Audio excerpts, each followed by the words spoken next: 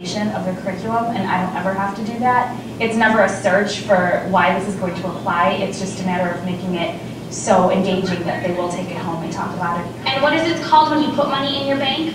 Deposit. We teach personal finance, and we teach investments. And in 7th grade, we talk about international trade, and we talk about foreign exchange market and how that's a thriving market that our kids might be involved in. One of the negatives is that they probably have some more competition. They're just not regurgitating a set of vocabulary words. They actually are looking out into their community and trying to understand their place in it and processing that information. And then plus they're global, because they got Hong Kong Disney, they have California Disneyland. There were some students in the classroom that are saying, you know, I want to be an entrepreneur one day. Before I took this class, I said I wanted to be a doctor, then I wanted to be a nurse, then I wanted to be this, a brain surgeon. But since after a while, I see that this is my favorite class. I like picking stocks and working for myself. So instead of me working for somebody else, I would like to be an entrepreneur. And my business is called Bling Things. I put rhinestones on accessories and electronics. As a culminating activity, 8th graders apply what they've learned about marketing, income projections, and other aspects of creating a business by writing and presenting business plans. My market segment was, we target the 70% of gamers who request professional aid when gaming. Our target customer was any gamer holding a vested interest in mastering the games they own. Now, both plans are pretty good, but the end all of both business plans must be the return on investments. Let's go. This curriculum is not just about investing. It's also about a long-term partnership on the part of a company in the immediate lives of children and families. So how was your day-to-day, guys? There are values of that company that children themselves assume. The idea of honest enterprise. The idea of looking for an opportunity to change and benefit oneself.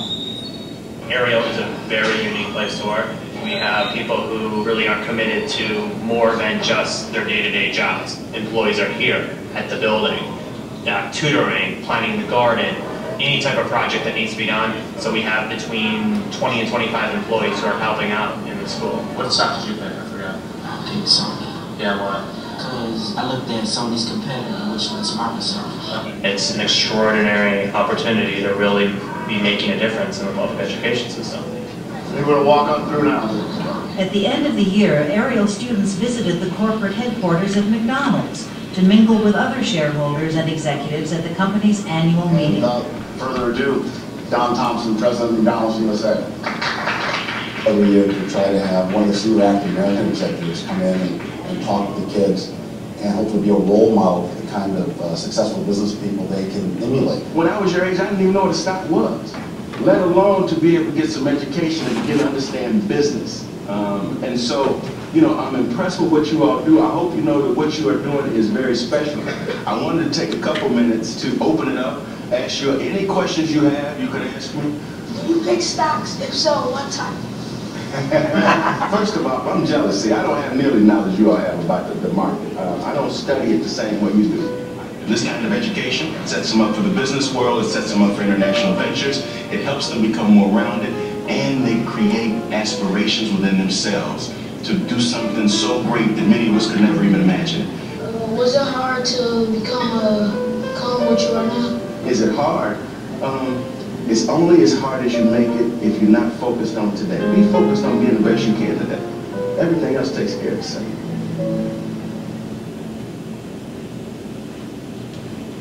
Okay, so that one was a little bit different. Their approach was more business oriented. But the students were still the ones making the decisions. They were still the ones having to pick the stock market and then justify why they picked it. And then of course their culmination activity was always really interesting.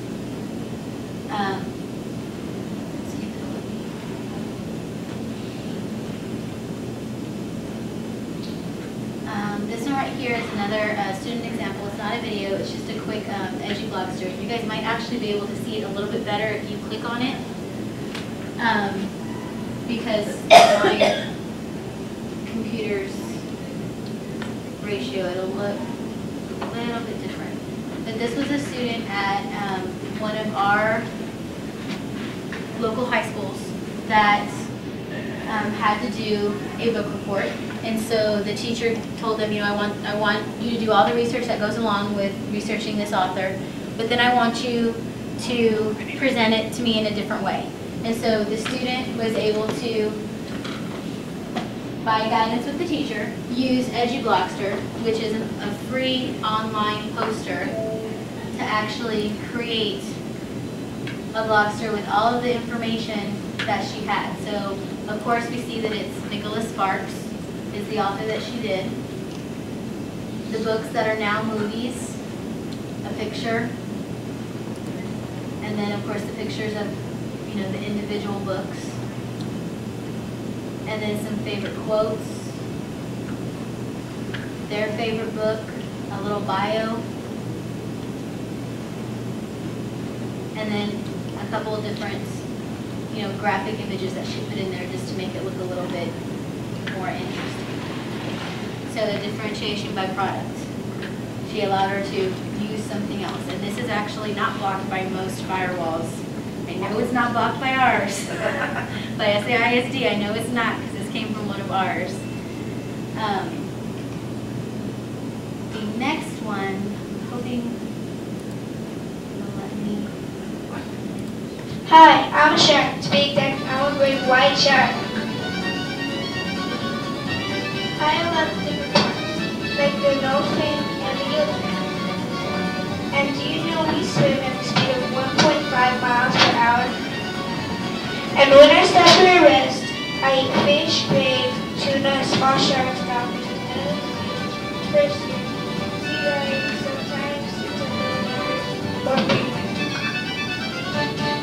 But before I go, I got to tell you that the largest great white is 23 feet long and weighs over 5,000 pounds. Bye! That was a photo story, which is what you guys are going to be creating today.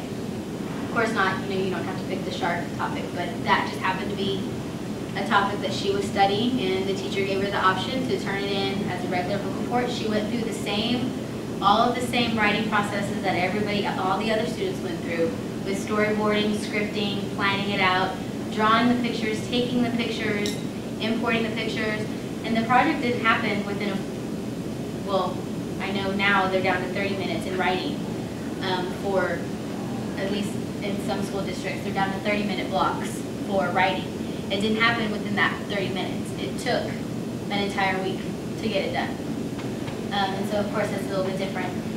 One of the really great things that I like about Photo Story is I always have my bilingual students that always struggle, especially when they're doing PowerPoint. And it's not necessarily because they can't do it or they don't want to do it, but they see all of those little red lines that come up very quickly because they didn't do the compatibility where you just change it over to Spanish.